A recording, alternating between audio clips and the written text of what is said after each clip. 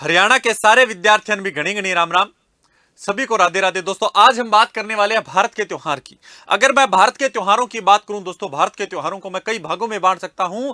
राष्ट्रीय पर्व, हिंदू पर्व, सिख धर्म के जो पर्व हैं, या बात करूं दोस्तों मुस्लिम धर्म के जो त्योहार हैं, ईसाई धर्म के त्योहार है, बौद्ध धर्म के या जैन धर्म के हैं, तो बहुत सारे अलग अलग धर्मों के यहाँ दोस्तों हम ये बांट शुरुआत में तो ये दो ही भागों में बांटे जाते हैं। भारत के त्योहार है उन्हें दो भागों में बांटते हैं, धार्मिक त्योहार और राष्ट्रीय दोस्तों त्योहार।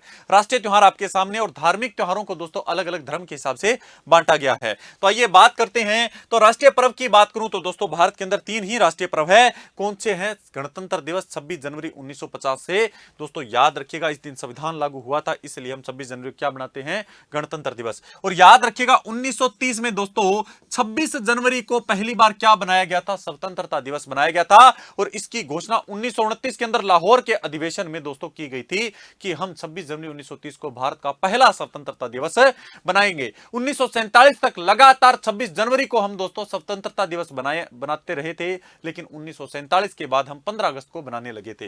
दूसरा था स्वतंत्रता दिवस, याद रखें 15 अगस्त को बनाया जाता है। लाल किले से प्रधानमंत्री ने ध्वजारोहण करते हैं। इस दिन प्रधानमंत्री लाल किले से ध्वजारोहण करते हैं। गांधी जयंती की बात करूं 2 अक्टूबर को मनाई जाती है।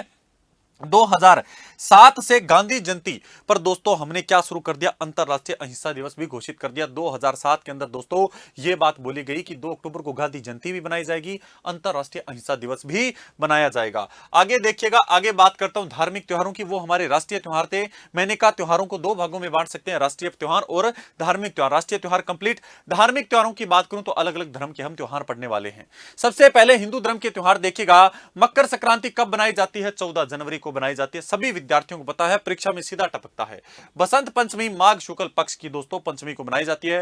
होली फाल्गुन मास की पूर्णिमा को, रक्षाबंधन श्रावण मास की पूर्णिमा को, दीपावली दोस्तों कार्तिक मास की पूर्णिमा को, और गणेश चतुर्थी सभी को पता है। और दोस्तों इनके पीछे जो भी कारण है वो सारे विद्यार्थी अच्छे तरीके से जानते हैं। मुस्लिम त्योहार देखिएगा, ईद उल फितर दोस्तों, इसे मीठी ईद भी कहते हैं। रमजान माह की समाप्ति पर दोस्तों ये त्योहार मनाया जाता है मुस्लिम संप्रदाय के अंदर। ईद उल जुहा हज माह की 10वीं तारीख को, हज माह की 10वीं तारीख को बनाया जाता है। मिलाद उन नबी दोस्तों याद रखिए रबी अल अव्वल की 12वीं तारीख को बनाया जाता है। मुहर्रम की बात करूं तो मुहर्रम त्योहार है, मुहर्रम के 10वें दिन मनाया जाता है। और शब ए बरात दोस्तों शबा आन माह की 14 और 15 तारीख को ये मनाया जाता है। ये थे मुस्लिम त्योहार, मुख्यतः 5 ही हैं, ये आपको याद रखने हैं। ईसाई त्योहार की बात करें दोस्तों, क्रिसमस त्योहार, इनके बारे में पूछा जाता है, बताओ क्रिसमस क्यों मनाते हैं? क्योंकि 25 दिसंबर को दोस्तों ईसा मसीह का जन्म हुआ था। कहां हुआ था? बेथलेहम के अंदर। गुड फ्राइडे दोस्तों, गुड फ्राइडे की बात करूं, इस दिन दोस्तों इन्हें चढ़ा दिया गया था। गुड फ्राइडे को इन्हें सूली पर चढ़ा दिया गया था। ईस्टर क्यों बनाते हैं? अप्रैल में त्योहार आता है दोस्तों, ईसा मसीह ने दोबारा जन्म लिया, पुनर्जन्म लिया था, पुनर्जीवित हुए थे। ये थे ईसाई धर्म के त्योहार। अगला देखिएगा, अगला आता है हमारा सिख त्योहार। गुरु नानक जयंती कार्तिक पूर्णिमा को बनाते हैं। गुरु गोविंद सिंह जयंती दोस्तों 22 दिसंबर को पटना में गुरु गोविंद सिंह जी का जन्म हुआ था दोस्तों।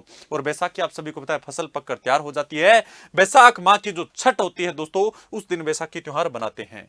फिर आता है जैन त्योहार। तो दोस्तों याद रखिए महावीर जयंती चैत्र माह शुक्ल त्रयोदशी को दोस्तों 24वें तीर्थंकर थे, इस दिन इनका जन्म हुआ था।